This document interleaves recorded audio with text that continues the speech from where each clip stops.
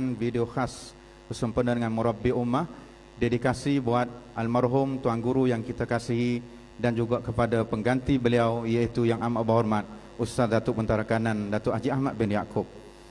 Hadirin dan hadirat yang dihormati sekalian, buat jolong-jolong kalinya negeri Serambi Mekah, Kelantan Darul Naim, Kerajaan Negeri Kelantan menampilkan seorang tokoh yang begitu hebat. Namanya sudah dikenali bukan saja di Malaysia, bahkan hampir di seluruh di negara-negara umat Islam yang lain, yaitu yang berbahagia Al-Fadhil Ustaz Abdul Somad. Untuk itu, majlis dengan penuh ta'zim menjemput dan mempersilakan yang berbahagia Al-Fadhil Ustaz Abdul Somad bagi menyampaikan pidato beliau yang bertajuk Tegakkan Islam, Tanggungjawab Ummah. Dijemput dan dipersilakan.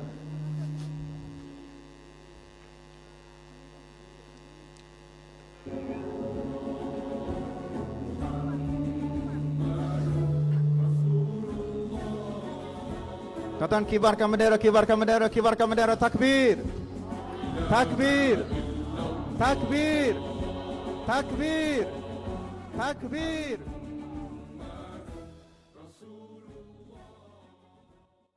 Assalamualaikum warahmatullahi wabarakatuh.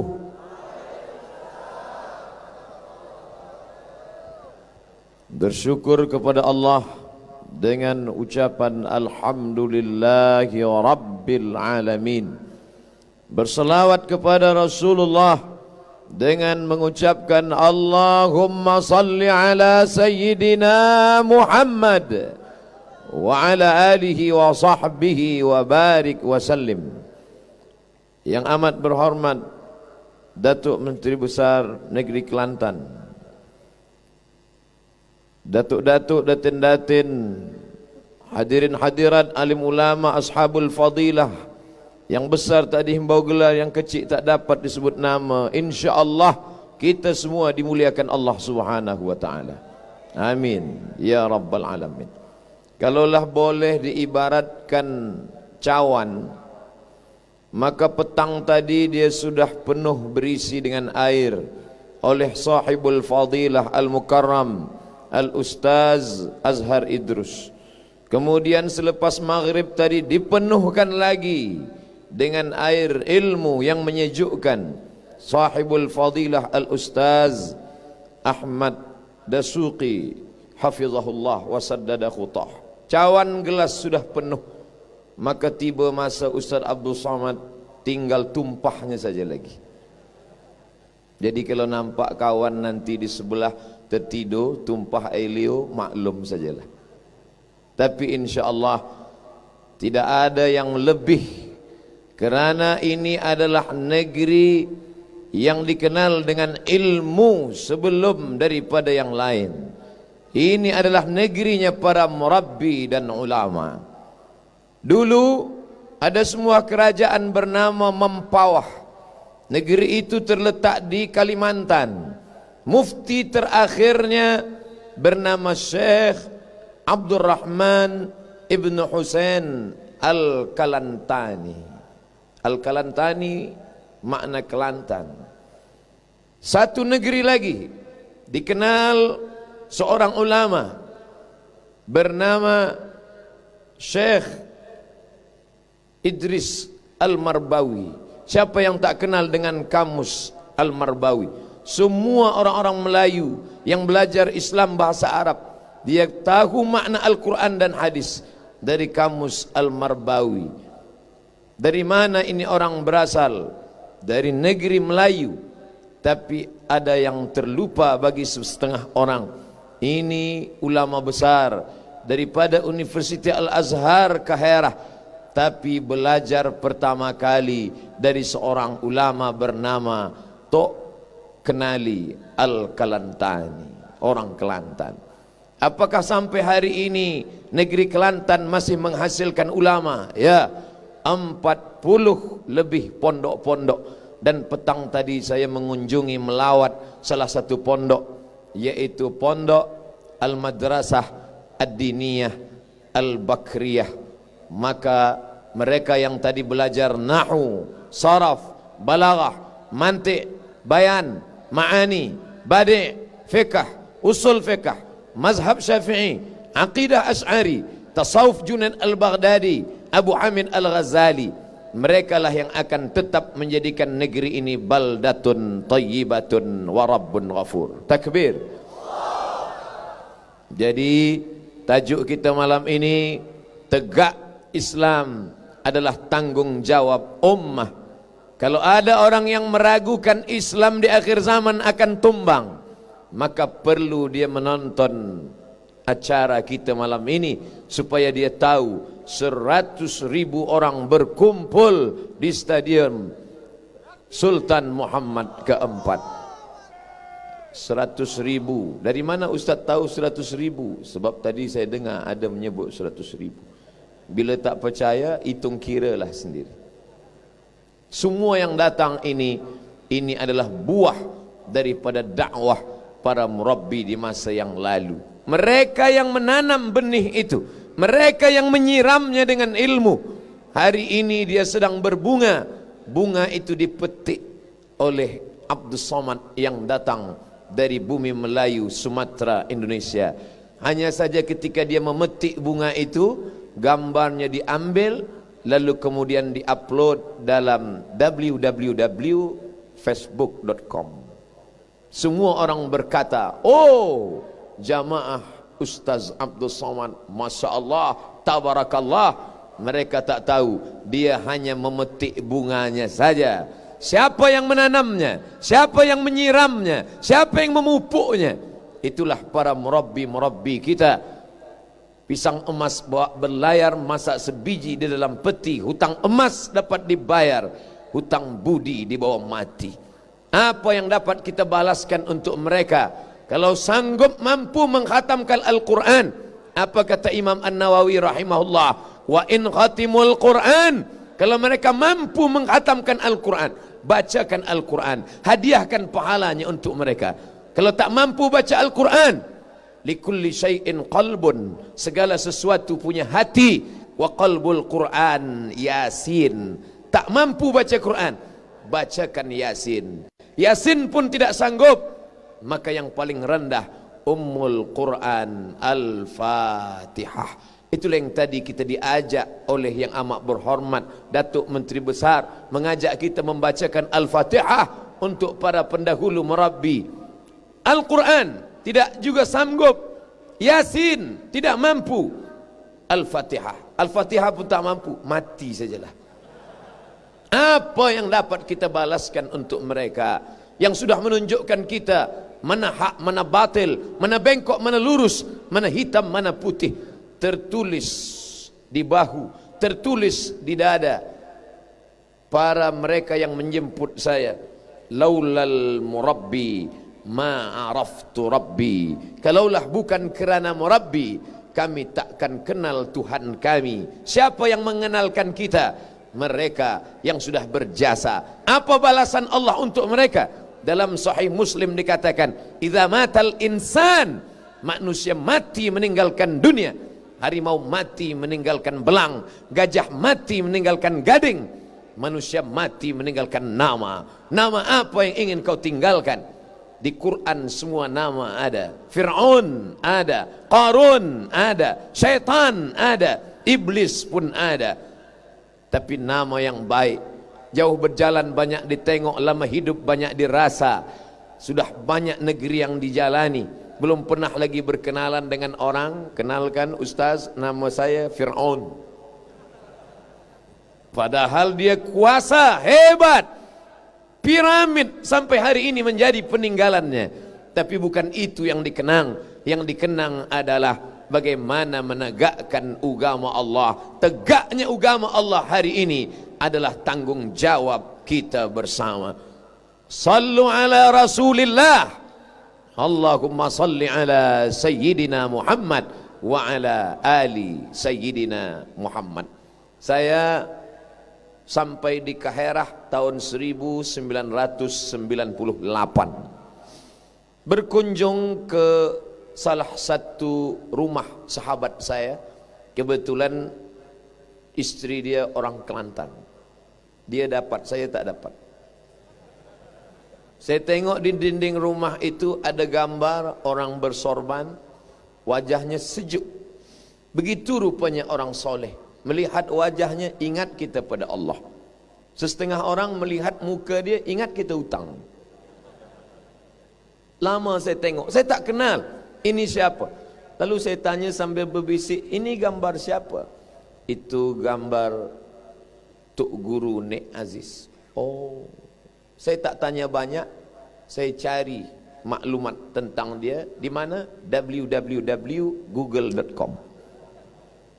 Ini rumah dia. Dia duduk makan di lantai. Tak lama saya bercerita dengan pelajar-pelajar Malaysia yang waktu itu mereka disatukan dalam PMRAM, Persatuan Mahasiswa Arab Republik Mesir. Mereka yang bersatu ini sahabat-sahabat kami, kawan-kawan kami semasa belajar di Al-Azhar Kahirah. Silih berganti mereka bercerita tentang kelebihan Tok Guru. Yang satu bercerita bahwa ada suatu ketika orang di tengah jalan, kereta dia rosak, tak boleh melanjutkan perjalanan. Masa itu ada berjumpa dengan Tok Guru, tapi dia tak kenal. Lalu Tok Guru mengatakan, bila kereta awak rosak, tak boleh teruskan perjalanan, pakailah kereta ini. Lalu orang yang kereta rosak tadi, dia pakai kereta Tok Guru. Dia tak tahu ni kereta siapa. Dia tengok ini orang baik saja. Lepas itu dia bawa ke tempat servis untuk membetulkan kereta. Orang terkejut. Awak siapa? Saya orang biasa. Kenapa awak boleh bawa kereta Tok Guru? Oh, ini kereta Tok Guru kah? Iya. Di mana awak berjumpa? Di tengah jalan. Sebab tadi kereta tiba-tiba rosak saja dan ada orang bagi pinjaman. Ini kereta Tok Guru. Dan dia bukan setakat guru agama saja, bukan setakat orang yang faham agama saja. Dia adalah seorang yang amat berhormat, seorang menteri besar. Cinta walaupun tak pernah bersua membuat saya berniat dalam hati, umur panjang badan sehat, saya akan datang ke negeri bernama Kelantan. 21 tahun lamanya berkeinginan, rupanya tertulis di Lauhil Mahfuz. 14 hari bulan Februari 2019 barulah sampai. Tak berjumpa dengan Tok Guru, hanya setakat ziarah ke makamnya dan sampai ke rumahnya, bertemu dengan adiknya, bertemu dengan anak-anak dan cucu, dan sempat pula bersilaturahim. Begitulah rupanya takdir yang sudah ditetapkan Allah. Sakitkah hati? Kecewakah jiwa? Ya. Untung ada rukun iman yang keenam, berterima kepada takdir baik dan takdir buruk. Takdir yang seterima buruk tak berjumpa semasa hidup. Maka sakit hati saya setiap kali menengok gambar sahibul fadilah Ustaz Azhar Idrus. Bukan cuma berjumpa berguru, bahkan sempat pula ikut membawa jenazahnya ke makam. Allahu Akbar. Tapi apa mau dikata, yang lalu tak dapat diulang. Lan tarji'al ayyamul lati madat. Hari yang lalu tak dapat diulang. Menetes air mata darah tak boleh diulang. Apakah Al-Faqir Abdul Somad layak disebut sebagai murid? Maka suatu ketika saya mencari video tanya jawab, soal jawab. Bolehkah kita dianggap murid bila kita tak berjumpa, bila kita tak mengambil ilmu secara langsung, direct? Kita hanya dengar kajinya, kita hanya tonton YouTube-nya, kita hanya pandang videonya, tengok gambarnya. Apakah kita dianggap murid? Allah berikan jawaban melalui lisan Al-Habib Umar bin Hafiz, sahibul fadilah, ulama besar dari Tarim Hadramaut, pimpinan Majlis Darul Mustafa.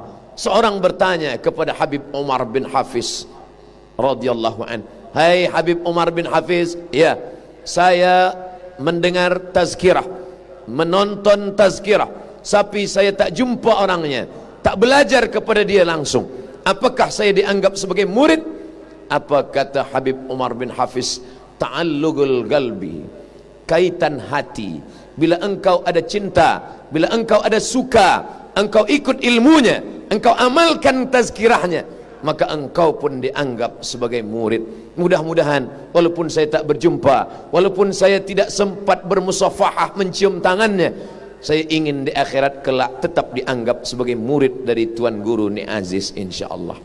Doakan wahai jamaah, jangan sampai di dunia ini tak dapat, di akhirat pun tak juga. Tuan puan datuk datin di dunia ini sempat mendengarkan medan ilmu setiap hari Jumat.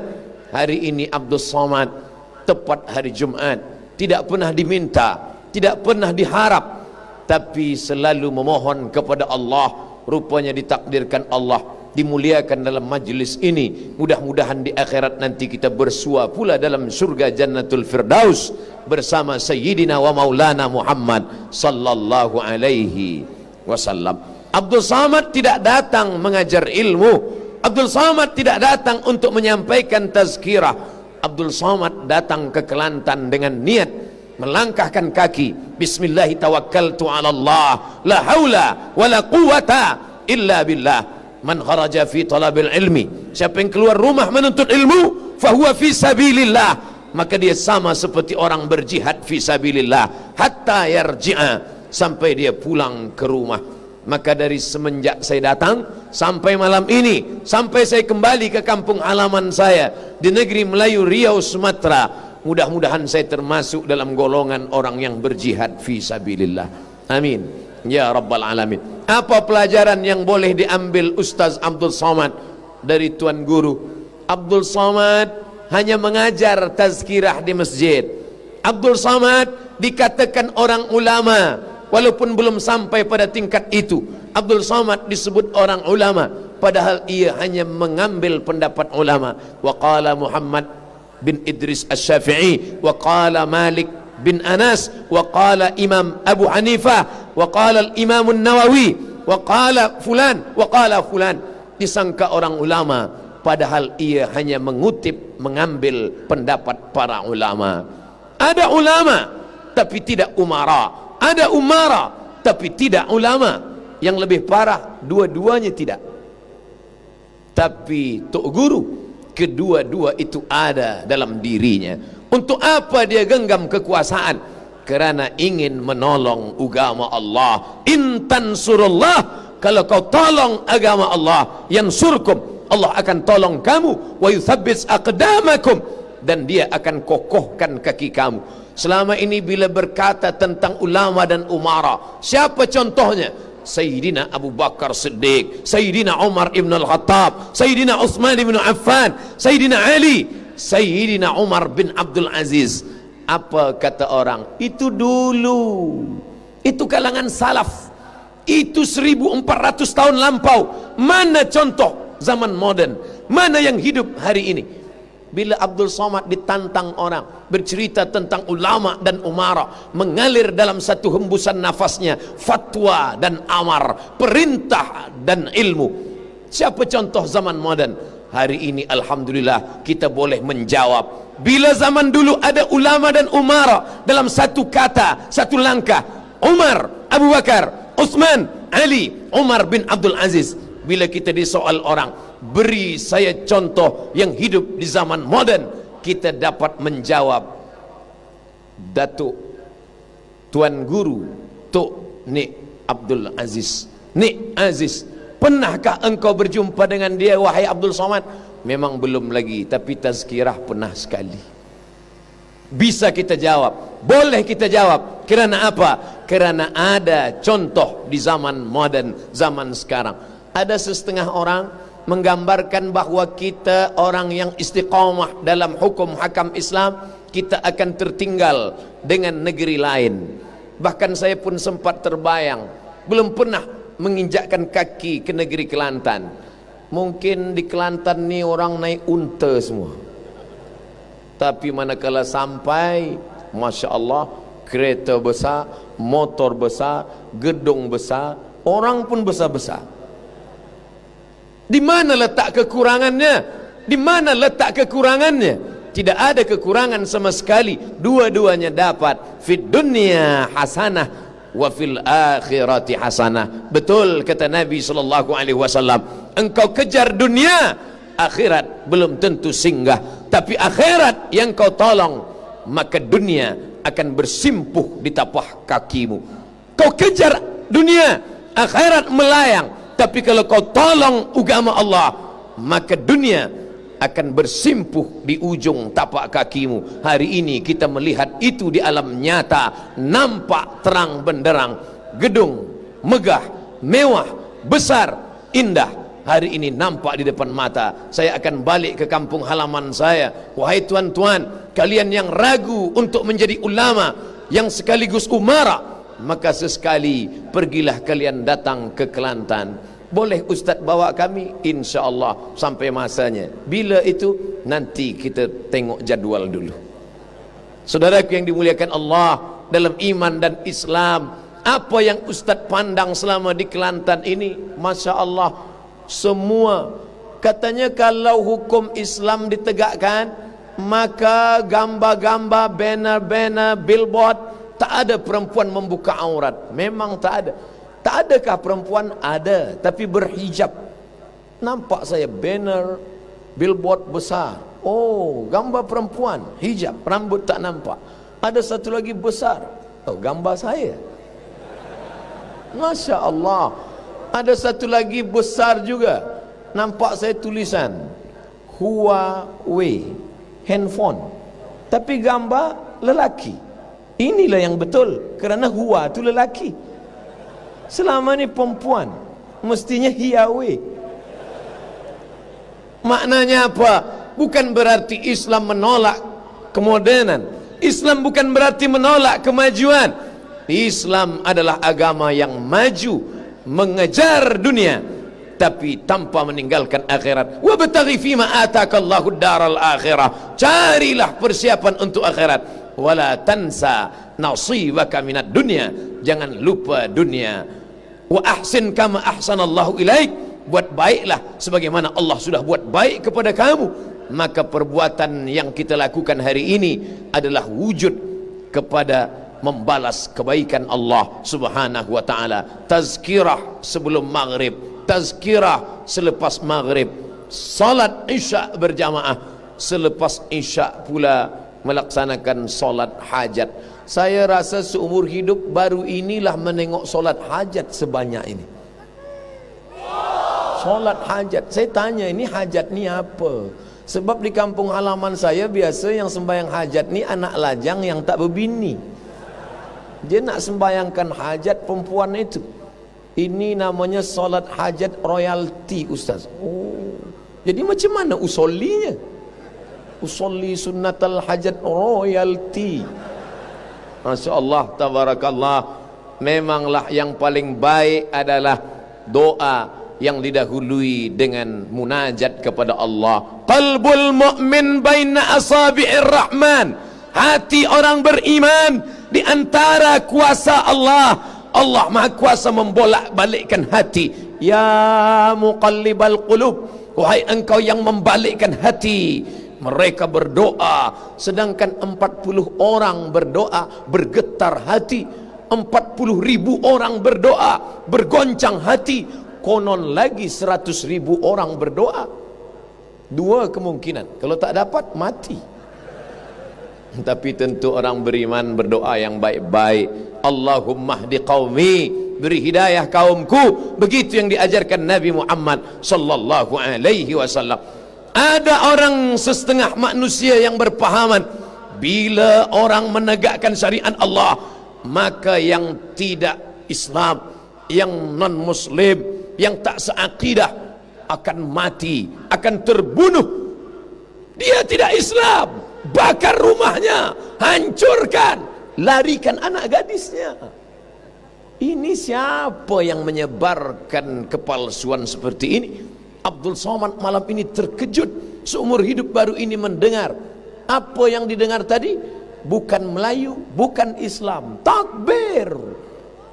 Kenapa ada takbir bukan Melayu, bukan Islam?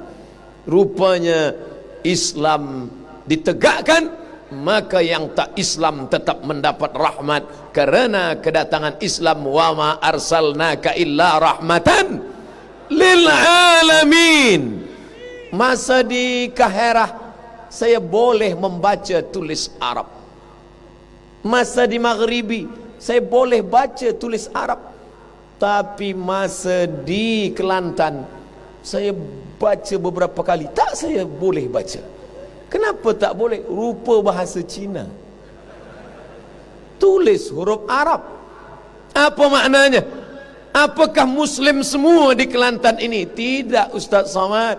Saudara-saudara kita yang Tionghoa ada, saudara kita yang negeri Hindu, Buddha, Kristian ada. Semua dilindungi. Kenapa? Ajaran Islam, man qata'a sidratan, siapa yang memotong sebatang pokok kayu, sawwallahu ra'sahu fidnar, Allah sungkurkan kepalanya dalam api neraka. Sedangkan pokok kayu tak boleh diganggu.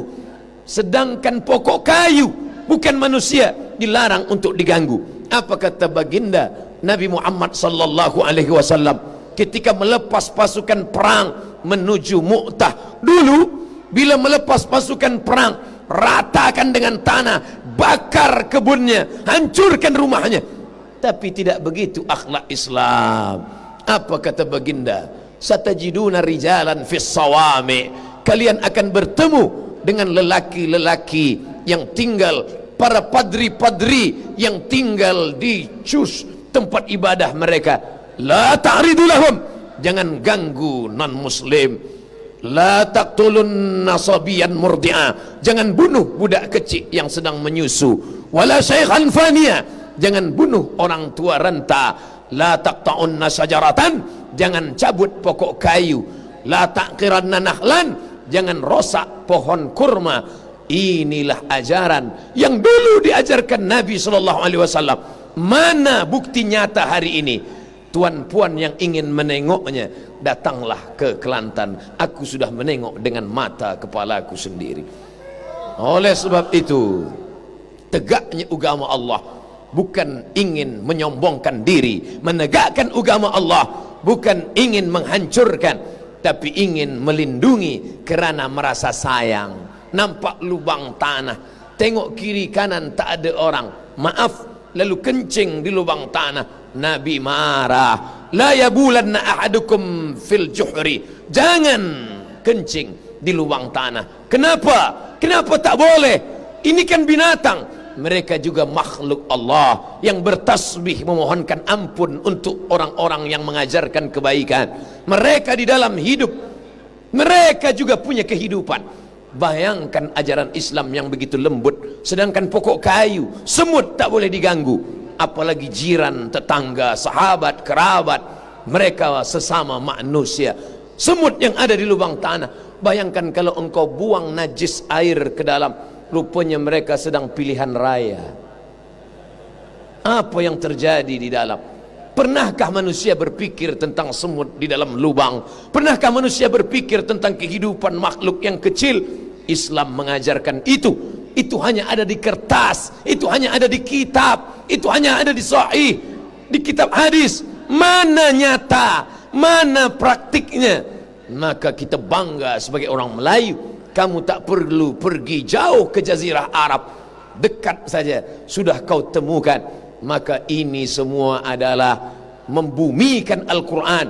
Kalau dulu Aisyah radhiyallahu anha ketika ditanya oleh sahabat, kaifa kana Rasulullah sallallahu alaihi wasallam, kaifa kana khuluqu Rasulillah sallallahu alaihi wasallam, bagaimana akhlak baginda, bagaimana budi pekertinya? Apa kata Sayyidatuna Aisyah radhiyallahu anha? Kana khuluquhul Quran, akhlaknya adalah Al-Quran, akhlaknya adalah Al-Quran. Al-Quran berjalan di atas muka bumi, Al-Quran yang ditatbikkan. Al-Quran bukan cuma dituliskan di dinding masjid dengan kaligrafi yang indah. Al-Quran bukan hanya diucapkan, dibacakan oleh qari dengan suara yang melambung tinggi, nahawan, bayati, sowa, sika, jaharka, ras. Tapi Al-Quran yang diabadikan dalam amal yang nyata. Wasariqu, asariqu, pencuri lelaki, wasariqatu, pencuri perempuan, faqta'u aydiyahuma, potong kedua tangannya. Itu hanya ada dalam Quran. Tapi bila itu pernah diterapkan di kehidupan nyata, orang bercerita tentang Bani Umayyah, Bani Abbasiyah, Turki Utsmani, Muhammad Al-Fatih. Terlalu jauh engkau bercerita tentang Bani Umayyah, Bani Abbasiyah. Cukup engkau datang pelajari sejarah. Ternyata yang mulia Sultan Muhammad yang kedua, Sultan negeri Kelantan, sudah pernah menerapkan hukum itu beratus tahun silam. Allahu Akbar.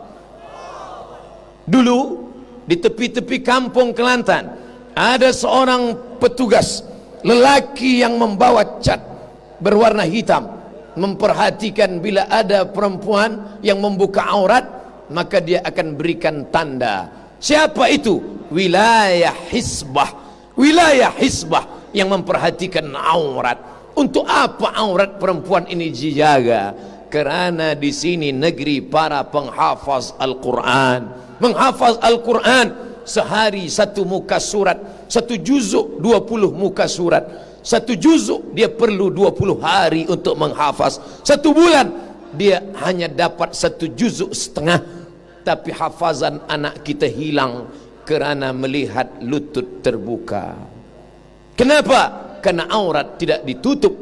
Itulah guna mengapa aurat ditutup, mengapa perempuan menutup kepala, kerana menjaga kehormatan. Wahai perempuan yang memakai niqab, engkau sudah menjaga kehormatanmu. Perempuan yang memakai niqab, bila diolok-olok, diejek oleh lelaki, bahkan mungkin perempuan yang tidak berniqab, tidak bercadar, mengoloknya. Kenapa engkau pakai niqab? Tak cukupkah hanya hijab saja? Maka jawab dengan lembut, aku memakai niqab bukan menjaga pipiku dari cahaya matahari. Aku memakai niqab cadar bukan untuk menjaga hidungku. Lalu untuk apa? Aku untuk menjaga mata lakimu, supaya tak memandang kepada yang tidak mahram. Nampaklah ajaran Islam. Islam bukan ingin merendahkan perempuan. Islam dengan ajaran hijabnya bukan ingin menjatuhkan perempuan, tapi Islam ingin mengangkat darajah perempuan dengan kedudukan yang tinggi. Buah yang diletakkan di atas meja untuk santapan para orang-orang yang mulia dibungkus dengan plastik. Maka datang seorang lelaki membukakan, izin Ustaz Somad, penutup air minum dibukakan, penutup buah dibukakan. Apa maknanya? Air yang baik ditutup, buah yang baik ditutup. Bila engkau ingin air yang baik, air yang ditutup, buah yang baik, buah yang ditutup. Kenapa saat memilih manusia kau pilih yang terbuka? Maka yang tertutup jugalah yang baik. Adapun yang sudah dapat yang terbuka, tutup sajalah. Jangan cari satu lagi yang tertutup, meskipun tak ada larangan. Apa maknanya? Ini kebaikan-kebaikan mesti kita jaga, mesti kita pertahankan. Ustaz Abdul Somad, kami dengar dalam sebuah tazkirah engkau pernah mengatakan sakit hati dengan kata-kata Tok Guru. Betul? Pernah Ustaz sakit hati? Pernah. Apa kata-kata Tok Guru yang membuat Ustaz sakit hati?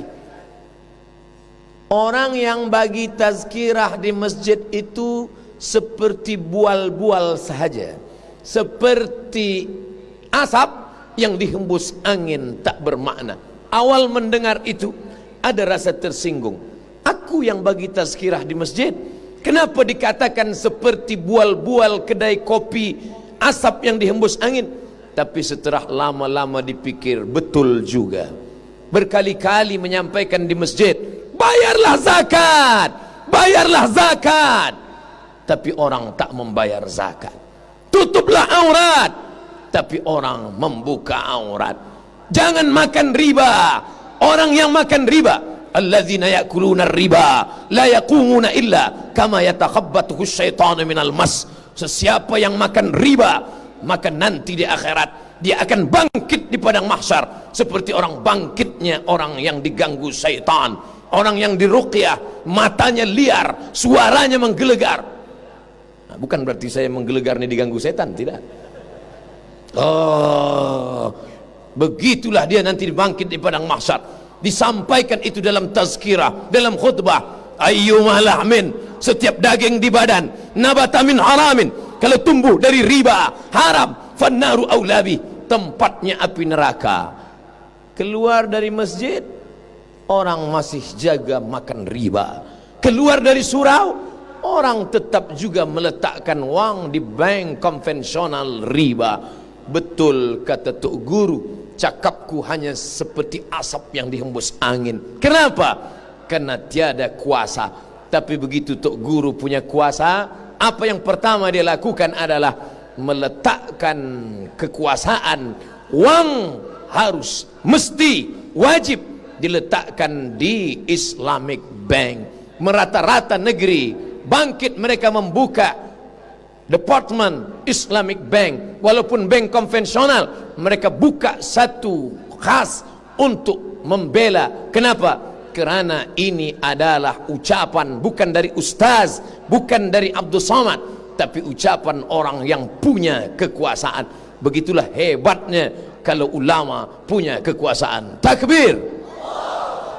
Maka bila ada kita membaca dalam sejarah bagaimana hebatnya zakat pada masa pemerintahan Umar bin Abdul Aziz, kalau ada orang yang mampu berjalan dari San'a ke Darul Bayda, San'a Yaman, Darul Bayda, dar rumah, Bayda putih, Darul Bayda rumah putih, Casablanca, Yaman, Saudi Arabia, Suriah, Mesir, Libya, Aljazair, Tunisia, Aljazair Maghribi, 8 negara berjalan, tidak ditemukan fakir miskin.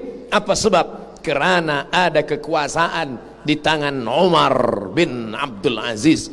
Begitulah hebatnya. Alhamdulillah hari ini kita melihat mata yang bercahaya karena tidak makan riba. Para penghafaz Quran, betapa kasihan anak yang bersih, hijau, putih, tak ada dosa sama sekali, tapi ketika dia berdoa, doanya tak dikabulkan Allah. Apa sebab? Rajulun as'as, ada seorang lelaki rambutnya kusut berdebu, yamuddu yadaihi ila sama, tangannya dia angkat ke langit. Apa dia katakan? Ya Rabb, ya Allah, ya Allah. Dia minta tapi doanya tak dikabulkan. Ya Rasulullah sallallahu alaihi wasallam, mengapa doanya tak dikabulkan? 4. Mat'amuhu haram, makanannya haram. Malbasuhu haram, pakaiannya haram. Masrabuhu haram, minumannya haram. Malbasuhu haram, keretanya haram, motornya haram, rumahnya haram. Wa ghudhiya bil haram, disuap, diberikan makanan dengan makanan yang haram. Anak yang bersih lidahnya, istri yang menunggu di rumah, ternyata mereka makan haram. Tapi Tok Guru sudah menyelamatkan daripada riba. Dengan apa? Bukan setakat fatwa, bukan setakat kitab yang dibacakan di depan jamaah, tapi sampai pada kekuasaan. Begitulah hebatnya umat yang sudah dibina oleh para ulama, oleh para murabbi sampai hari ini. Satu yang masih membuat terganjal dalam pikiran Al-Faqir Abdul Somad, dulu gambar itu disimpan di komputer, di laptop. Rumah berwarna hijau yang penuh dengan kesederhanaan. Ingin membuktikan apakah rumah ini hanya dulu, atau hanya museum, atau hanya gambar saja. Jangan-jangan rumah ini sudah berubah sekarang. Petang tadi sampai ke rumah yang sama seperti yang ada dalam gambar dilihat beberapa tahun yang lampau. Bahkan sampai masuk ke dalam, inilah rumah Tok Guru wahai Abdul Somad. Inilah dulu tempat beliau hidup bersama anak, bersama keluarga. Hari ini engkau datang menyaksikan, ambil gambar, langsung upload, update status. Aku sudah sampai ke tempat yang dulu ingin kulihat. Penantian selama 20 tahun lamanya. Seorang yang amat berhormat, menteri besar, puluhan tahun punya jawatan, tapi apa yang terjadi? Hidup dengan penuh kesederhanaan. Dalam dirinya ada 2, dia ulama, dia umara. Dalam dirinya ada 2, dia seorang alim, dia juga seorang amir. Dalam dirinya ada 2, dunia dapat, akhirat pun dapat. Dalam dirinya ada 2, zuhud. Selama ini zuhud dibayangkan orang yang berpakaian kuyak, tak ada kuasa, tak ada tenaga. Siapa orang zuhud? Itulah orang yang macam nak mati saja.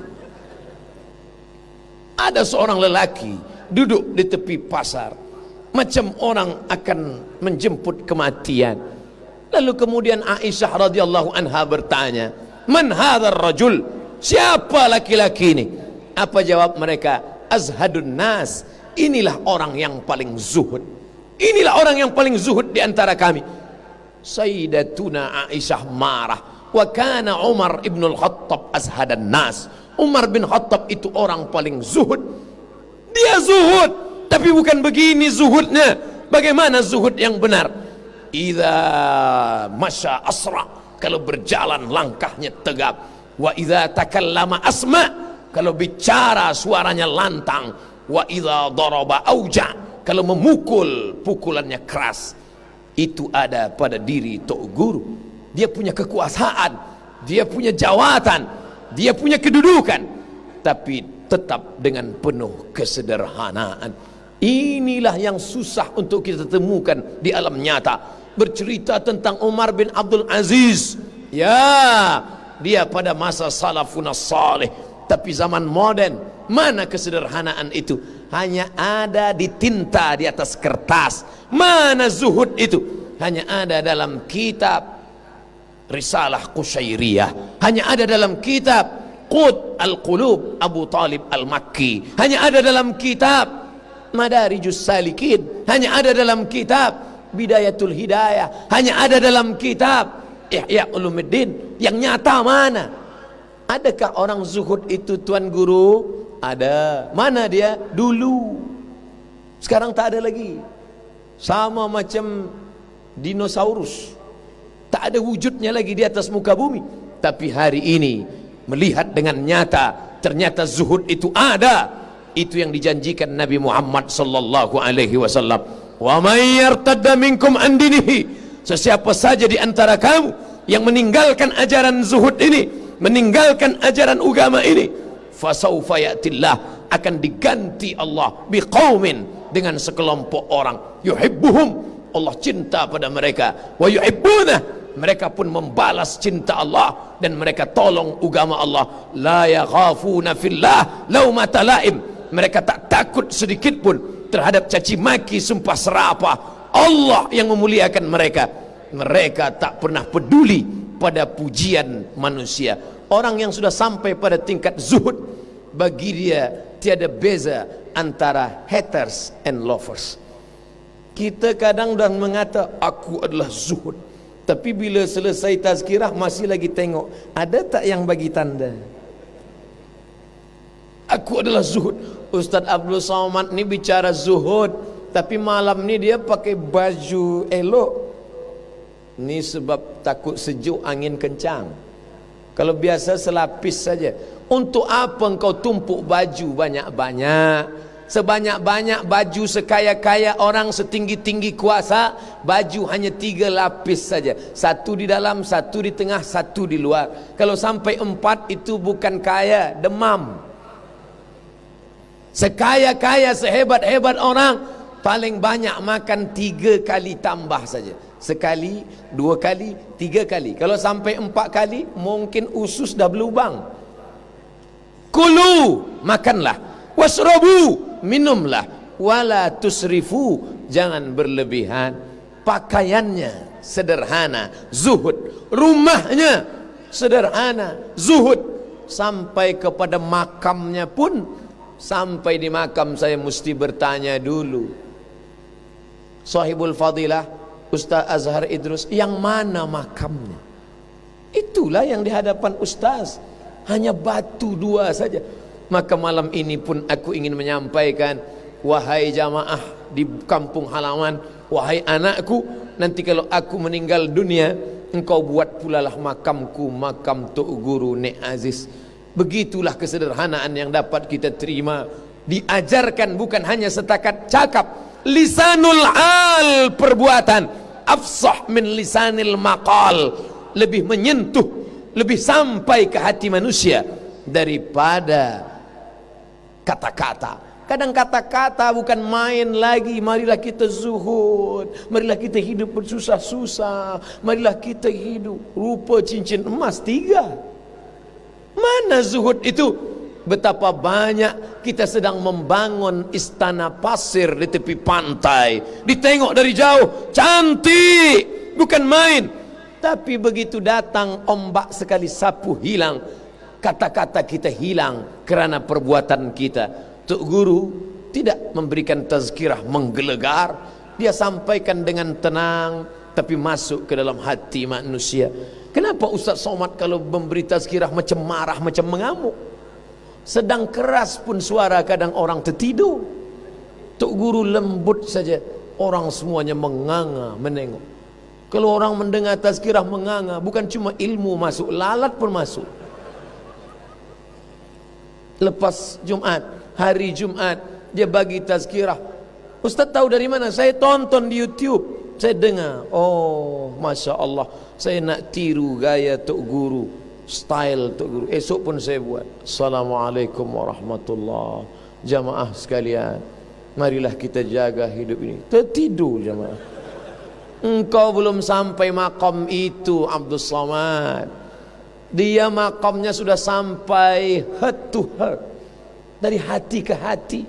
Engkau baru sampai LML, MLM, multi level marketing, mulut ke mulut.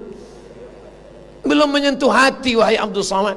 Dia sikit saja kata-kata hikmah sudah sampai ke hati manusia.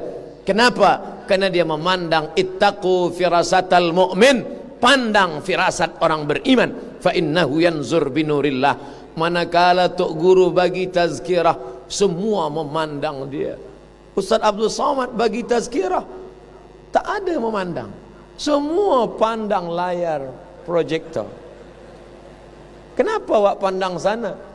Lebih elok di situ daripada di sini. Apa maknanya? Ternyata ada orang-orang yang diberi Allah keutamaan, meninggalnya jasadnya. Selama ini kita melihat orang meninggal dunia, orang yang berjalan mengantar, tapi ini tidak. Jasad itu yang di dalam keranda berjalan karena keutamaan kemuliaan, dilihat dari atas. Inilah dia Ustaz Abdul Somad, Tok Guru yang dimuliakan. Apa kata Nabi SAW ketika tegak melihat ada jenazah? Dia orang baik, dia orang baik, dia orang baik. Apa kata Nabi SAW? Antum syuhada'ullah alal ard.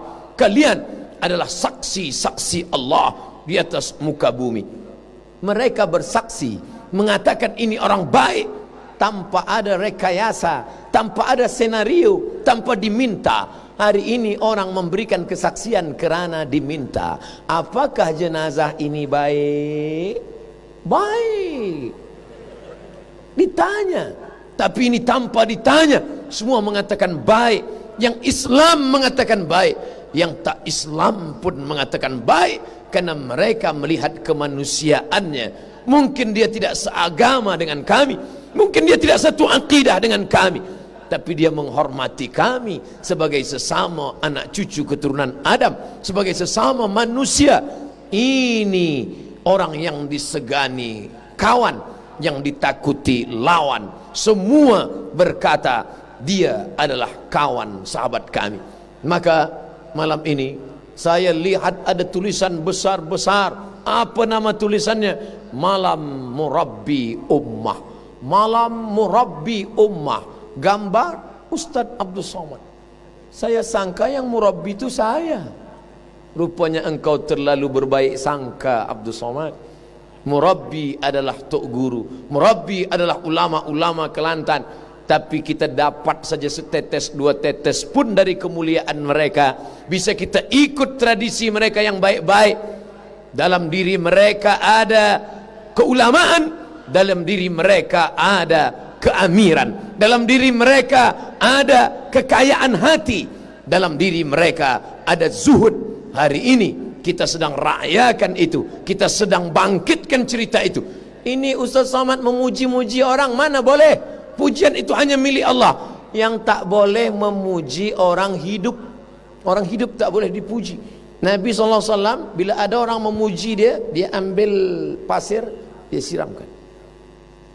Tapi ini orang sudah meninggal dunia. Apa kata Nabi sallallahu alaihi wasallam? Ulkuru mahasina mautakum. Orang yang sudah meninggal dunia, ulkuru, sebutlah mahasin. Mahasin jamak plural. Sebut kebaikan-kebaikannya. Yang disampaikan Abdul Somad malam ini adalah mahasin, kebaikan-kebaikan. Di Quran pula dikatakan wa amma bi ni'mati rabbika fahadits. Ceritakan nikmat. Makan nikmat, minum nikmat, hidup nikmat. Adakah nikmat yang lebih nikmat daripada hidup bersama Nabi Muhammad sallallahu alaihi wasallam? Kami tak hidup dengan Nabi. Nabi sudah meninggal dunia. Kau tak hidup dengan Nabi, tapi kau hidup dengan penerus Nabi. Siapa dia? Al-ulama warathatul anbiya. Ulama, pewaris, pengikut yang menerima warisan Nabi. Nabi tak meninggalkan kursi emas. Nabi tak meninggalkan harta benda. Mana yang dia tinggalkan? Taraktu fikum amraini. Ku tinggalkan dua saja. Intamasaktum bihima, kalau kamu pegang yang dua ini, lan tadillu abada, kamu tak akan sesat untuk selamanya. Kitab Allah Al-Quran, wa sunnati, sunnah Rasulullah sallallahu alaihi wasallam. Tapi kita tak boleh kembali ke Quran dan sunnah. Kita tak cukup ilmu untuk itu.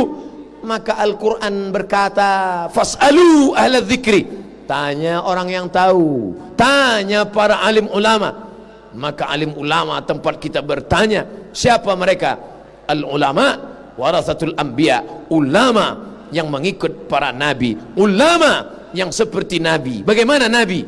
Nabi punya kekuasaan selama di kota Makkah Al-Mukarramah. Dia tak ada kuasa. Nabi tidak solat di samping Ka'bah. Tidak boleh solat berjamaah di samping Ka'bah dengan suara kuat. Bismillahirrahmanirrahim. Alhamdulillahi Rabbil Alamin. Kenapa tidak boleh? Kerana Nabi tidak ada kekuasaan. Datang Abu Jahal, datang Abu Lahab, mencekik lehernya, menyungkup kepalanya, mereka siram dengan kotoran unta. Karena tidak ada kekuasaan.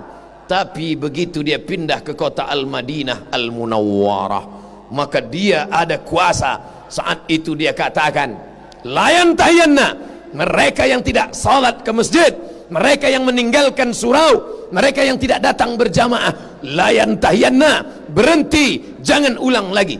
Kalau tetap mereka sembahyang di rumah, mereka tidak meramaikan salat berjamaah, la uharriqanna alaihim buyutahum, aku akan bakar rumah mereka, aku akan bakar rumah mereka. Begitu Nabi berkata. Kenapa Nabi berkata demikian? Karena ada kekuasaan. Inilah hadis yang tak pernah disampaikan Abdul Somad. Belum pernah lagi Abdul Somad selesai salat, assalamualaikum warahmatullah, assalamualaikum warahmatullah, layan tahyanna, jangan sembahyang di rumah. Siapa yang di rumah, aku bakar rumahnya. Ustaz, sebelum Ustaz bakar, kami bakar duluan. Dia tak ada kuasa. Oleh sebab itu maka ad-din, agama, maka ditulis oleh Imam Al-Mawardi meninggal tahun 450 Hijrah dalam kitab Al-Ahkam As-Sultaniyah, hukum hakam kesultanan, hukum hakam kekuasaan. Apa tugas daripada amir penguasa?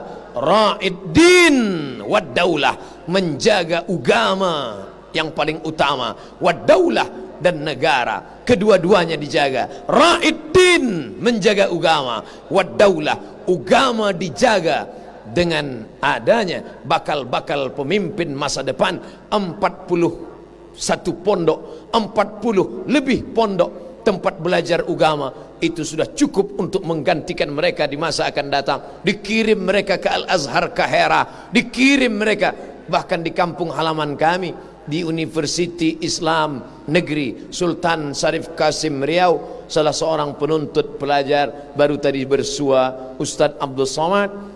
Saya adalah pelajar Ustadz dulu semasa di Pekanbaru Riau. Oh, dari Kelantan ya, memang Kelantan. Rupanya inilah dulu 4 tahun yang lampau ingin membawa saya ke Masjid Muhammadi. Hari ini doa itu dikabulkan Allah. Semua ada saatnya. Sa'ah wa sa'ah. Kadang kita terlalu cepat ingin meminta, tapi kata ilmu Allah, ini saatnya wahai Abdul Somad. Andai wahai penuntut yang pernah ingin membawa Abdul Somad ke Kelantan, mungkin dulu engkau kecewa, tapi hari ini Allah mengobati kekecewaanmu. Andai 4 tahun lampau aku datang, belum tentu seramai ini, karena belum viral lagi. Tapi hari ini begitulah indahnya rencana Allah subhanahu wa ta'ala, melimpah ruah, berkumpul orang banyak. Dari Sabang saya bertausiah sampailah ke Papua, 8 jam 9 jam baru sampai di Papua. Tapi baru di Kelantan inilah bertemu dengan orang yang agak berbeza. Selepas khutbah Jumat tadi, kami duduk di belakang sejenak, tunggu supaya agak sunyi, supaya Ustaz boleh keluar. Sebab bila tak tunggu sunyi keluar, mungkin tangan boleh tercabut. Sebab saking banyak orang nak bersalaman. Tunggu sekejap, datanglah seorang tuan, Ustaz Abdul Somad. Ahlan wa sahlan, selamat datang di negeri Kelantan. Saya dah siapkan Ustaz 4. 1 tanah beserta rumah, 2 surau, 3 kelas. Yang keempat ni boleh terima boleh tidak, isi rumah. Dengan syarat Ustaz mahu duduk di sini, datang sekali-sekali pun tak apa. Rasa-rasanya seumur hidup belum pernah orang menyampaikan macam ini. Ini hanya ada di Kelantan. Gambarnya dah diambil dah disimpan. Saya sampaikan ke Tuan Imam, ini tuan kita yang berbaik hati, ini Tuan Imam, tolong Tuan Imam kelola ini dengan baik. Al-Faqir Abdul Somad mungkin saat ini masih sibuk lagi. Apa pelajaran yang diambil? Kalau engkau punya ilmu, tegakkan agama Allah dengan ilmu. Ilmu tak ada dengan kekuasaan, tegakkan agama Allah dengan kekuasaan. Ilmu tak ada, kekuasaan tak ada. Nih tuan, dia punya harta, ini tanah, ini surau, ini masjid, ini kelas. Buka tahfiz Quran. Inilah yang akan menolong di hadapan Allah subhanahu wa ta'ala. Infakkan, wakafkan anakmu. Berapa anakmu? 3. Yang 1 menjadi doktor, yang 1 menjadi pilot, yang 1 kau wakafkan untuk menolong agama Allah. Hafiz Al-Quran. Oh, saya tak nak anak saya hafiz Quran. Nanti bila dia hafiz Quran, dia tak ada kerja. Saya tak ingin anak saya hanya jadi imam sembahyang tarawih saja. Siapa yang mengatakan bila anakmu hafiz Quran, lalu dia tak boleh menjadi pilot, tak boleh menjadi doktor yang boleh mengobati penyakit, tak boleh menjadi lawyer, tak boleh menjadi businessman? Maka di Kelantan ada program tahfiz sains. Dia tahfiz, dia hafaz Quran, tapi dia juga faham sains. Dia hebat dalam dunia, dia juga berprestasi dalam bidang akhirat. Dia memang lawyer, tapi dalam kepalanya ada Quran dan Sunnah. Dia memang doktor penyakit, tapi dia juga paham hadis. Dia seorang yang memiliki harta.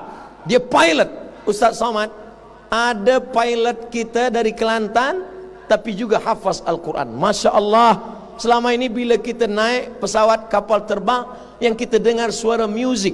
Tapi bila pilot yang hafaz Quran ini, kita sampai ke atas, apa yang kita dengar? Bismillahirrahmanirrahim. Yasin. Kenapa tak surah yang lain? Sebab angin kencang. La tuqra'u fi amrin asirin. Bila dibacakan pada perkara yang susah, dibacakan pada perkara yang sulit, illa yassarahullah, dimudahkan Allah. Semua di dalam pesawat terbang ketakutan, takut mati, takut jatuh, takut meletup.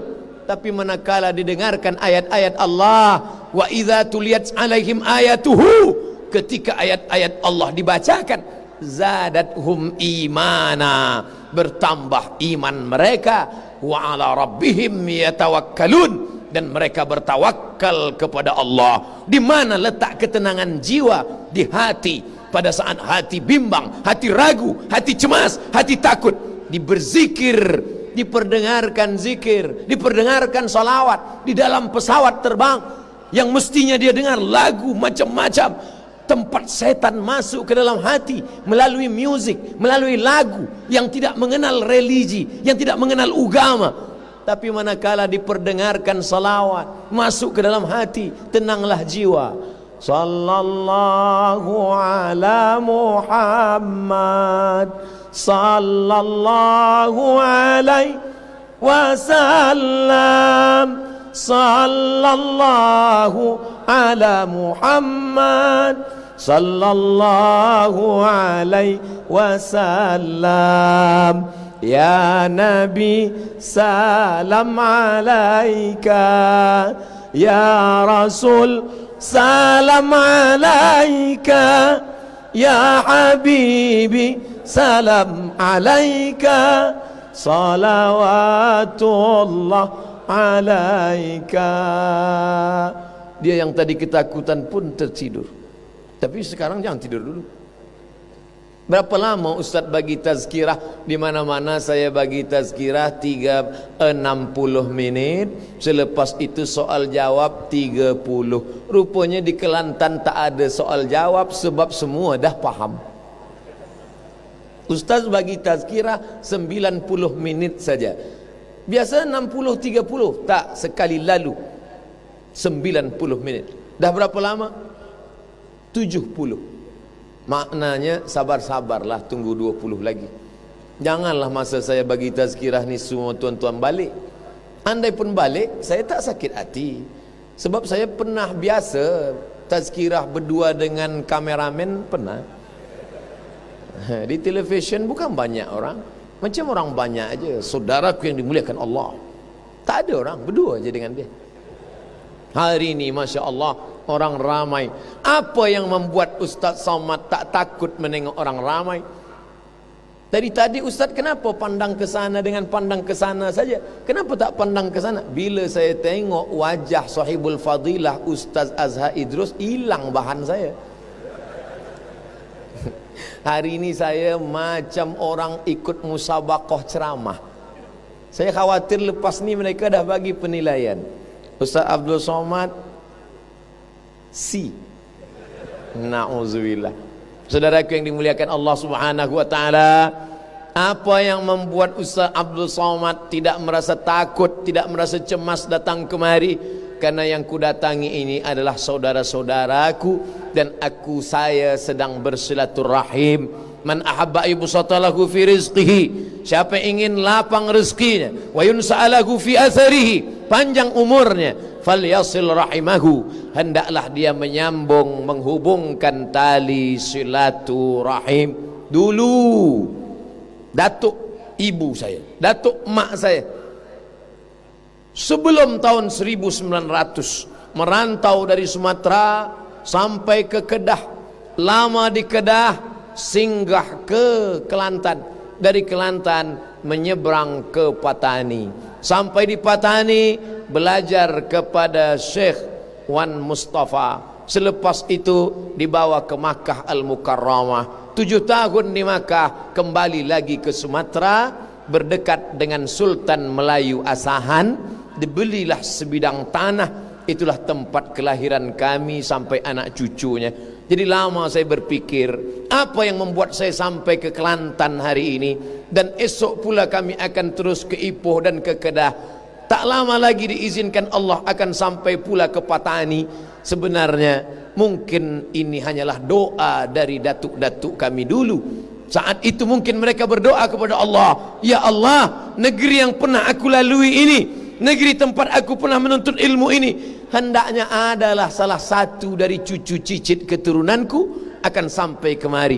Dan doa itu dikabulkan Allah pada Februari 2019 ini. Begitu jugalah hendaknya kita berniat baik. Hari ini Abdul Somad memberikan tazkirah, diberi kesempatan oleh yang amat berhormat, maka Abdul Somad berharap 20-30 tahun akan datang, cucu cicit Abdul Somad datang pula bersilaturahim kemari. Mereka akan menunjukkan gambar, ini gambar datuk kami dulu Abdul Somad tahun 2019 pernah bagi tazkirah di Stadium Sultan Muhammad keempat. Ini gambar dia. Oh betul, Masa dia bagi tazkirah, kami ikut mendengar. Kata yang kecil-kecil yang hadir hari ini, kata budak-budak yang datang malam ini, kami pun ikut dengar. Ini datuk engkau Abdul Somad, ya. Mana dia sekarang? Dah mati dimakan cacing tanah. Tapi semua yang di Kelantan mengirimkan Al-Fatihah untuk almarhum Abdul Somad. Al-Fatihah. Jangan baca sekarang. Itulah yang kami inginkan. Yang diinginkan hidup ini apa? Menginginkan harta, binasa. Menginginkan kuasa, akan berakhir. Menginginkan cantik rupa, akan berubah. Inilah tabiat manusia. Sampai masanya berhenti, semuanya akan mati. Tapi yang kita tinggalkan akan kekal abadi. Sampai hari ini Masjid Sultan masih tetap tegak berdiri.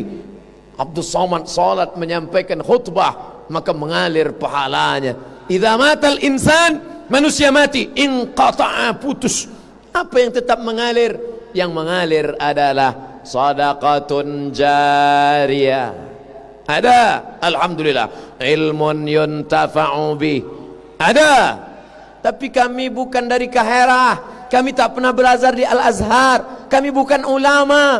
Bagaimana kami boleh ada ilmu yang mengalir? Hanya perempuan biasa. Sebelum tidur dia sampaikan ke anaknya, anakku, sebelum tidur berwuduklah. Selepas berwuduk, solatlah witir. Selepas itu berdoalah supaya tidurmu itu jangan diganggu syaitan. Kau baca Al-Fatihah, Qul huwallah 3 kali, Qul a'udzu bil falaq sekali, Qul a'udzu bin nas sekali, Al-Fatihah sekali, ayat kursi sekali. Kau hembus ke tapak tangan, kau sapu ke muka, ke kepala. Diamalkan anak, anak berpesan kepada istri, diamalkan istri, istri berpesan kepada cucu menantu. Maka engkau sudah beramal. Bukan susah, ilmun yuntafa'u bih. Engkau mungkin bukan seorang ulama besar, tidak dipandang oleh manusia, tapi satu orang dapat hidayah kerana lidahmu. Ayyahdiyallahu bika rajulan wahidan. Satu orang dapat hidayah kerana engkau, khairum min umurin na'am, lebih baik daripada engkau memiliki seekor unta yang merah.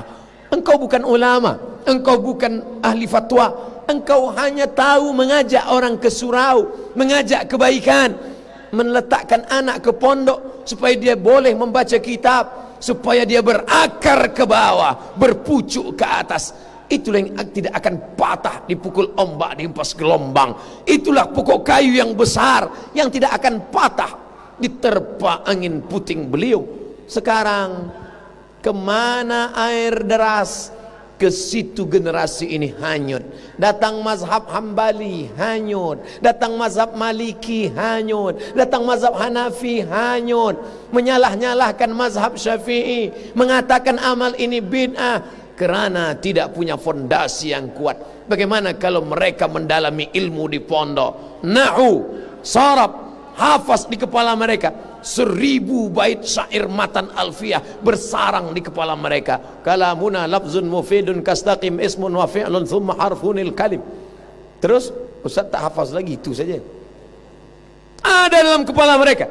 Dia baca matan takrib, khatam matan takrib, dia naikkan kepada Fathul Qarib. Selesai Fathul Qarib, dia baca I'anatul Talibin, khatam I'anatul Talibin, dia baca Al-Mahalli, dia pindah ke kitab yang lain, Raudatul Talibin wa Umdatul Muftin. Selesai itu dia tengok pula kitab Al-Majmu' Syarah Muhazzab.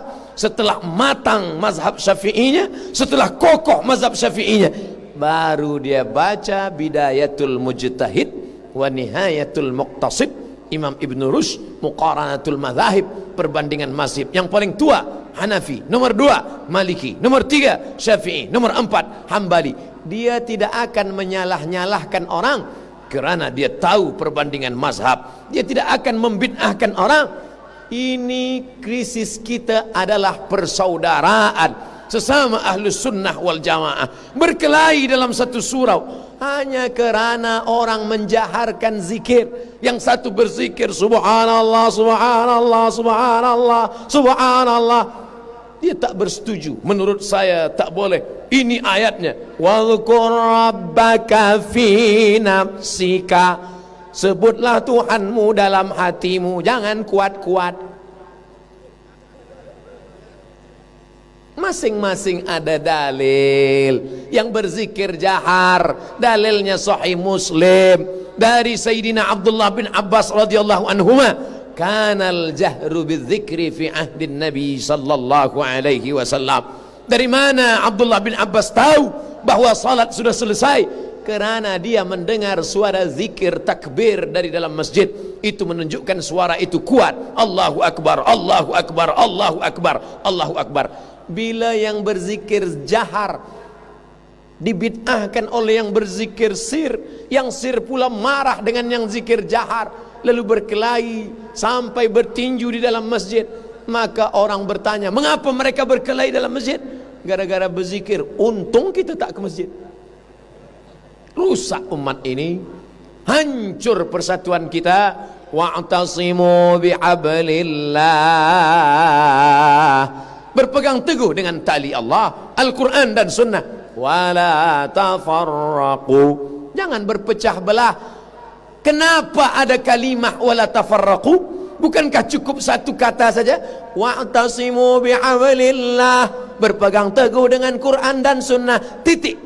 Kerana ternyata orang yang sudah membaca Quran, membaca tafsir, membaca hadis pun terjebak pada tafarraqu, maka ditambah Allah, wa'tasimu bihablillahi jami'au wa la tafarraqu. Jangan berkelahi, jangan berpecah belah.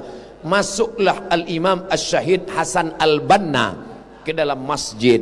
Dia tengok orang sedang berkelahi di bulan suci Ramadan. Yang satu mengatakan tarawih mesti 23 rakaat, kalau tidak maka namanya bukan tarawih.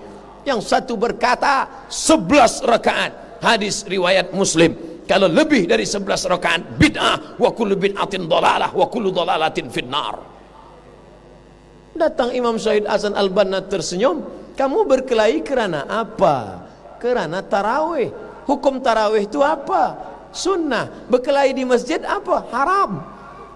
Gara-gara yang sunnah kalian jatuh pada yang haram. Mencium hajar aswad sunnah, tapi menyikut kiri, menyikut kanan, menyipak ke muka, menanduk ke belakang, ini pekerjaan lembu. Apa kata Sayyidina Umar Ibn Al-Khattab manakala akan mencium hajar aswad? Ya hajar, wahai batu, innaka la tanfa' wa la tadur, engkau tak dapat mendatangkan manfaat, engkau tak boleh menolak mudarat. Laula Muhammadun qabbalaka ma qabbaltuka, kalaulah bukan kerana Muhammad mencium engkau, aku pun tak sudi mencium engkau. Aku cium engkau. Alasannya kerana satu, kerana mengikut Sayyidina wa Maulana Muhammad sallallahu alaihi wasallam. Hari ini engkau sikut kiri dan kanan, engkau sakiti saudaramu hanya untuk melaksanakan yang sunnah, kau tinggalkan yang wajib, kau rosakkan ukhuwah. Siapa sebenarnya yang kau ikut? Kalau dulu Umar berkata, kalaulah bukan kerana mengikut Muhammad, aku pun tak menciummu. Hari ini orang berkata, kalaulah bukan kerana jiranku nanti akan bertanya di kampung, kau boleh cium apa tidak? Apa sebenarnya yang terjadi dengan kita? Itu tidak akan terjadi di tengah masyarakat Kelantan. Kenapa? Selama masih berpegang kepada ilmu. Tidak ada kata-kata terlambat. Dalam Islam tidak dibatasi. BA 22 tahun, Master 30 tahun, 24 tahun, PhD 27 tahun. Itu bukan sistem Islam. Islam mengajarkan utlubil ilma, tuntut ilmu, minal mahdi, dari buayan, ilal lahdi, hingga ke liang lahat. Bahkan sampai akan mati pun kita tak berhenti menuntut ilmu. Tetap dibisikkan ke pangkal telinga, laqinu mautakum, talkinkan ke telinga orang yang akan mati, la ilaha illallah.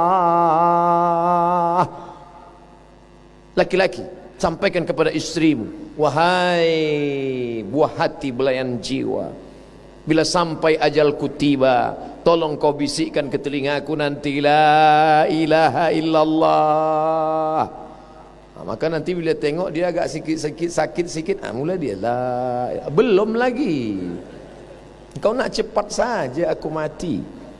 Apa sebenarnya makna daripada talqin?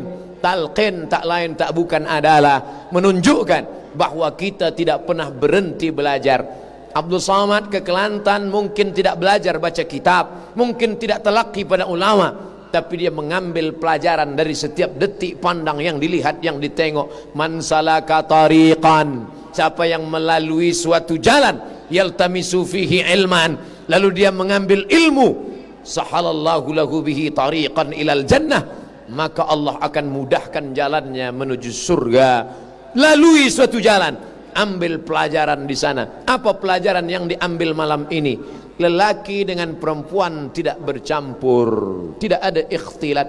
Di sini lelaki semua, di sini perempuan semua, di sini lelaki semua, di sini perempuan semua. Maka wahai kaum muslimin yang ingin membuat acara, yang membuat program besar, kalian tengoklah program malam ini, ambil gambar dari atas, lihatlah bagaimana. Kalau ingin membuat sesuatu yang besar, tirulah yang sudah dilakukan di Kelantan ini. Tazkirah baik, tapi kadang orang ramai kita tak tahu di hadapan kita ada orang sebab gelap gelita. Malam ini terang benderang nampak. Kadang saya bagi tazkirah gelap, macam berhadapan dengan hantu saja. Tapi malam ini terang, Masya Allah, Tabarakallah, nampak semuanya, nampak batasannya, nampak semua yang hadir. Ini semua apa maknanya? Kita ambil pelajaran-pelajaran yang baik-baik. Kadang di tempat lain orang tidak fokus untuk mendengarkan. Kenapa?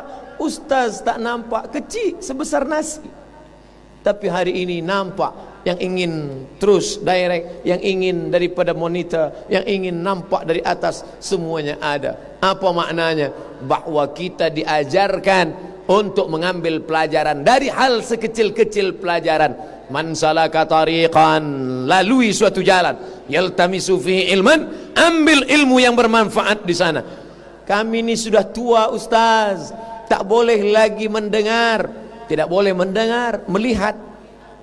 Ada terjemah menggunakan bahasa yang lain, maka kita boleh melihatnya. Manfaatkan teknologi, gunakan untuk menuntut ilmu, sehingga sampai pada masanya kita tergolong orang-orang yang selamat daripada kejahilan, insyaallah. Amin ya rabbal alamin. Abdul Samad tazkirah di majlis ini ditonton oleh 100.000 orang lebih kurang.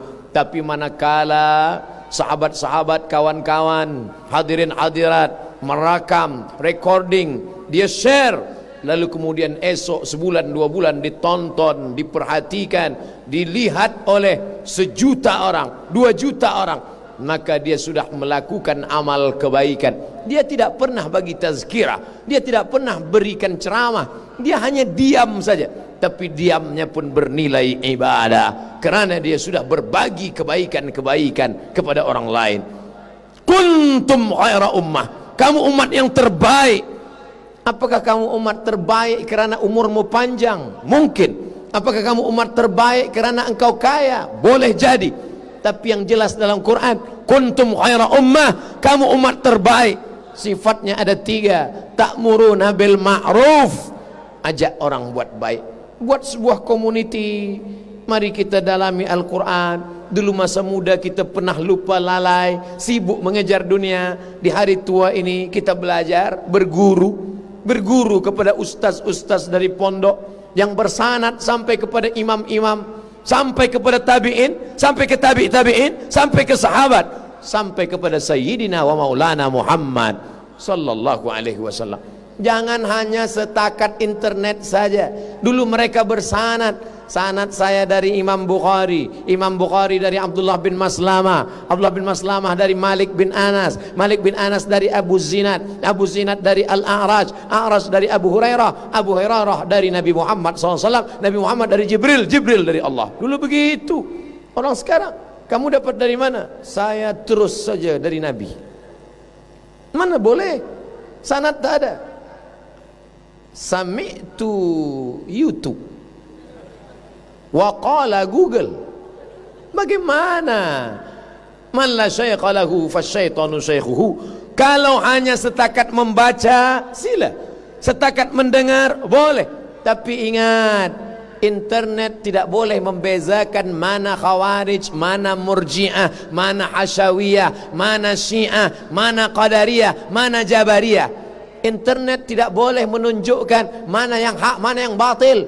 Maka kita mesti berguru, tanyakan kepada tuan-tuan guru, tanyakan kepada alim ulama. Alhamdulillah, datang para ulama kemari. Orang di negeri lain masuk neraka jahanam, boleh jadi kerana tidak ada tazkirah. Bangkit di padang mahsyar, ditanya oleh Allah, hai fulan bin fulan, mengapa engkau tidak kenal Islam? Kerana tidak ada tazkirah. Kami jahil, tapi di Kelantan tazkirah merata-rata di masjid. Banyak penuntut ilmu dari Jordan, dari Suriah, dari Maghrib, dari Dimash, dari Yaman, Hadramaut. Maka tidak ada alasan sedikit pun, tak ada hujjah antara kita dengan Allah untuk mengatakan aku jahil. Jangan sampai seperti pepatah orang Melayu. Apa kata mereka? Bagaikan ayam mati di lumbung padi. Lumbung padi tempat orang menuai padi. Padi dikumpul untuk setahun. Tiba-tiba ayam masuk ke dalamnya dan mati dalam kelaparan kerana hanya tidak mahu dan tidak mau tahu. Kalau ada orang yang tidak tahu, bagi tahu. Yang susah adalah orang yang tidak mahu tahu, sehingga diam saja, tidak mengambil kepedulian. Dulu ulama-ulama kita tok kenali pergi ke Makkah Al-Mukarramah. Ulama kita, tok guru kita pergi ke India. Selepas itu terus ke Al-Azhar. Master baru kembali. Zaman susah, kapal laut. Hari ini tazkirah di tepi rumah pun tak didengarkan. Apa yang akan kita bawa menghadap Allah? Iqra'ul Quran, baca Al-Quran. Fa innahu ya'ti yaumal qiyamah. Quran akan datang pada hari kiamat. Syafi'an li ashabi. Dia akan memberikan syafaat pada orang yang membacanya. Al-mar'u ma'aman ahab. Orang akan bersama dengan siapa yang dia cintai. Engkau cinta pada Quran, Quran akan bersama dengan engkau. Engkau cinta kepada Nabi, Nabi akan bersama dengan engkau. Engkau sayang kepada ulama, ulama akan membela engkau. Engkau sayang kepada handphone, InsyaAllah handphone pun akan bersama engkau. InsyaAllah handphone yang merakamkan recording malam ini tercatat juga sebagai kebaikan amal saleh. Semoga harta umur kita semuanya berguna sebagai bekal menghadap Allah Subhanahu wa taala. Amin ya rabbal alamin. Ala hadhihi niyyah wa kulli niyatin salihah. Saya awali tadi pukul 10, sekarang pukul 11.30. 90 menit kita bersama. Mudah-mudahan 90 menit kebersamaan ini menghantarkan kita ke surga bersama Nabi Muhammad sallallahu alaihi wasallam. Ala hadhihi niyyah wa kulli niyatin salihah. Al-Fatihah. A'udzu billahi minasy syaithanir rajim. Bismillahirrahmanirrahim.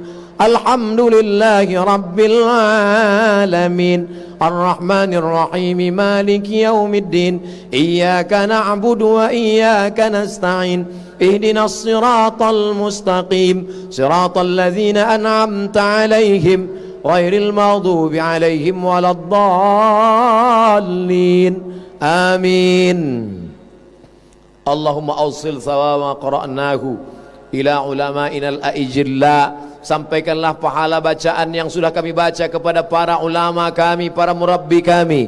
Allahumma ighfir lahum warhamhum. Ampunkan mereka, rahmati mereka. Waj'alil jannata mathwahum. Jadikan surga sebagai tempat mereka. Allahumma ja'al kuburahum rawdatan min riyadil jinan. Jadikan surga sebagai, jadikan kubur mereka salah satu dari taman-taman surgamu ya Allah. La taj'al kuburahum hufratan min hufarid niran. Jangan jadikan kubur mereka salah satu dari lubang nerakamu ya Allah. Allahumma inna natawassalu ilaika bijahi nabiyyika Muhammad sallallahu alaihi wasallam. Kami bermohon dengan bertawassul kepada Nabi Muhammad sallallahu alaihi wasallam, antuballigh maqasidana, sampaikanlah segala maksud kami, wa taqdi hajatina, sampaikan hajat kami seperti yang kami mohonkan dalam salat hajat tadi ya Allah. Allahumma yassir umurana, mudahkan segala urusan kami, umurad dunya wal akhirah, urusan dunia dan akhirat. Allahumma ja'al hadzal balada baladan aminan mutmainnan ya'tihi rizquhu min kulli makan. Jadikan negeri ini, negeri Kelantan bil khusus, negeri yang aman, damai, selamat, terbuka pintu rezeki dari segala penjuru ya Allah. Allahumma dafa'anna al-ghala wal waba wal fahsya wal riba wal zina wal munkar ma dhahara minha wa ma batan. Jauhkan negeri ini dari malapetaka, bencana, musibah, zina, riba, dadah, segala perbuatan keji dan mungkar. Allah marzuqna imaman adila. Jadikan pemimpin kami pemimpin yang adil dan amanah. La tusallid alaina bidzunubina man la yakhafuka wa la yarhamuna. Jangan jadikan orang yang berkuasa atas kami orang-orang yang tak takut padamu dan tak sayang pada kami ya Allah. Allahumma ja'al abna'ana wa banatina min huffazil Qur'an wal hafizat. Jadikan generasi kami, anak keturunan kami orang-orang yang hafaz Al-Quran. Minal mujahidina fi sabilik bi amwalihim wa anfusihim. Mereka akan menolong agamamu dengan harta dan nyawa mereka. Allahumma la taj'alid dunya akbaru hammina wala mablagha ilmina. Jangan jadikan dunia sebagai cita-cita tertinggi kami, jangan jadikan dunia sebagai harga bagi ilmu kami. Allahumma khtim lana bi husnil khatimah wa la takhtim alaina bi su'il khatimah. Allahumma ja'al akhir kalamina inda intihai ajalina. Jadikan akhir kalam kami ketika ajal kami tiba, yang terakhir keluar dari mulut lisan kami, la ilaha illallah Muhammadur Rasulullah sallallahu alaihi wasallam. Rabbana atina fid dunya hasanah wa fil akhirati hasanah wa qina adzaban nar. Wa sallallahu ala sayyidina wa maulana Muhammad wa ala alihi wa sahbihi wa sallam. Walhamdulillahi rabbil alamin. Taqabbalallahu minkum minna wa minkum taqabbal ya karim. Terima kasih segala perhatian, mohon maaf segala kekhilafan. Wassalamualaikum warahmatullahi wabarakatuh.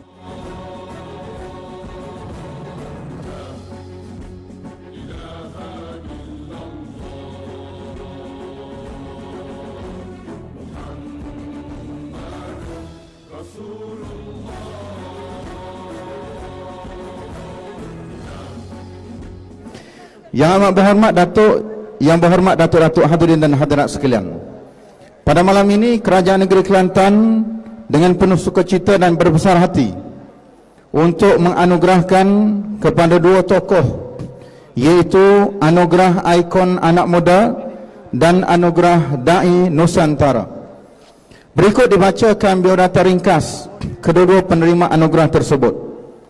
Yang pertama, anugerah ikon anak muda. Tokoh ini dilahirkan tanggal 12 Februari 1964 di Kuala Terengganu, Terengganu Darul Iman. Mendapat pendidikan awal di Alusta, Kedah, kerana mengikuti Allahyarham ayahandanya yang berkhidmat sebagai seorang anggota keselamatan ketika itu sebelum menyambung di peringkat menengah di Terengganu. Minat beliau mendalami pengajian Islam bermula tahun 1990 sewaktu usia beliau mencecah 26 tahun, sehingga bertalaki ilmu agama dengan lebih 8 orang guru selama 12 tahun tanpa menghiraukan penat dan lelah. Berbekalkan dengan ilmu yang dimiliki, tokoh ini telah mengajar di beberapa surau dan masjid di sekitar Kuala Terengganu bermula tahun 1995. Peranan beliau mencipta gelombang anak muda sayangkan Islam sememangnya tidak boleh dinafikan, bahkan pernah dinobatkan sebagai da'i sejuta umat. Gaya pengajaran yang santai dan bersahaja diselit dengan lawak jenaka, namun mempunyai imej tersendiri, menjadikan nama beliau diminati di kalangan anak-anak muda. Hadirin dan hadirat sekalian, tokoh yang dimaksudkan ialah yang berbahagia Al-Fadil Ustaz Azhar Idrus. Yang kedua, anugerah Dai Nusantara. Tokoh ini dilahirkan tanggal 18 Mei 1977 di Sumatera Utara, Indonesia. Berlatar belakangkan keluarga yang berpegang teguh kepada ajaran agama. Moyang beliau, Syekh Abdul Rahman, pernah menuntut ilmu di Mekah Al-Mukarramah. Beliau mendapat pendidikan awal di Sekolah Dasar Al-Wasliyah, Medan pada tahun 1990 sebelum melanjutkan pengajian di Madrasah Sanawiyah Muallimin Wasliyah sehingga tahun 1993. Setahun kemudian, beliau menimba ilmu di Pondok Darul Arafah, Deli Serdang, Sumatera sebelum melanjutkan pengajian ke ijazah sarjana muda di Universiti Al-Azhar, Mesir dalam bidang tafsir dan ulum Al-Quran pada tahun 1998 sehingga tamat pada tahun 2002. Beliau kemudian menyambung pengajian ke peringkat sarjana di Institut Darul Hadis Al-Hasaniyah, Morocco dalam bidang hadis. Selain menyampaikan pidato dan pengajian di Indonesia dan beberapa negara umat Islam lain, beliau juga aktif menulis dan menterjemah beberapa buku-buku agama sehingga pada ketika ini buku beliau mendapat antara bestseller di dalam negara kita, Malaysia. Beliau kini berusia 42 tahun dan merupakan pensyarah hadis di Fakulti Islam Universiti Sultan Syarif Qasim, Riau, Indonesia. Hadirin dan hadirat sekalian, tokoh yang dimaksudkan ini ialah yang berbahagia Al-Fadhil Ustaz Abdul Somad. Yang amat berhormat Datuk, yang berhormat Datuk-Datuk, hadirin dan hadirat sekalian, seterusnya majlis dengan penuh ta'zim menjemput yang amat berhormat Ustaz Datuk Bentara Kanan Datuk Haji Ahmad bin Yaakob, Menteri Besar Kelantan Darul Naim, diiringi oleh yang berhormat Datuk Haji Muhammad Amar bin Abdullah, Pengurusi Jawatan Induk Hari Murabbi Ummah, dan yang berhormat Datuk Haji Muhammad Nasruddin bin Haji Daud, Pengurusi Jawatankuasa Pembangunan Islam, Dakwah, Penerangan dan Hubungan Serantau Negeri Kelantan, bagi menyempurnakan penyampaian anugerah kepada kedua-dua tokoh tersebut. Dijemput dan dipersilakan.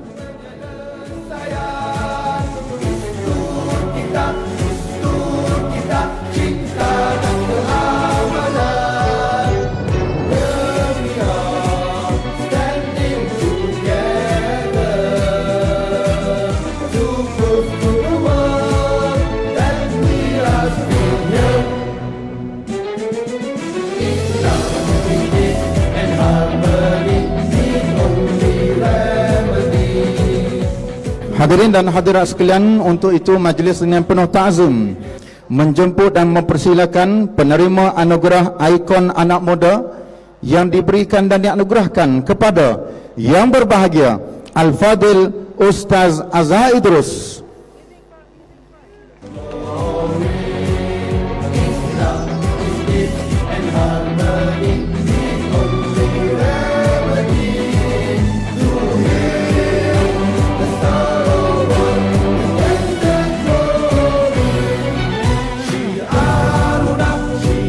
Al-Fadhil yang berbahagia Ustaz Azhar Idrus akan menerima sebuah replika Masjid Kampung Laut, sejumlah wang tunai dan sijil penghargaan dari pihak Kerajaan Negeri Kelantan.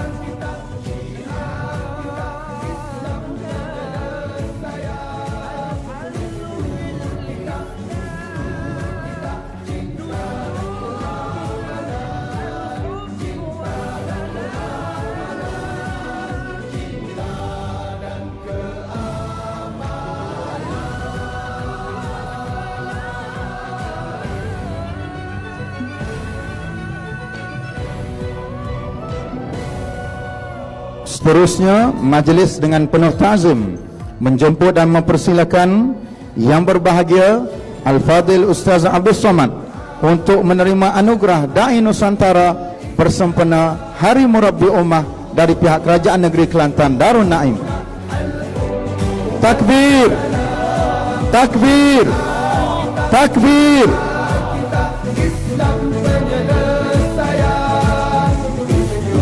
Sebagai makluman hadirin dan hadirat sekalian, yang berbahagia Al-Fadhil Ustaz Abdul Somad akan menerima sehelai jubah, sebuah replika Masjid Kampung Laut, sejumlah wang tunai sehelai kain rida, dinar emas dan sijil penghargaan dari pihak Kerajaan Negeri Kelantan Darun Naim.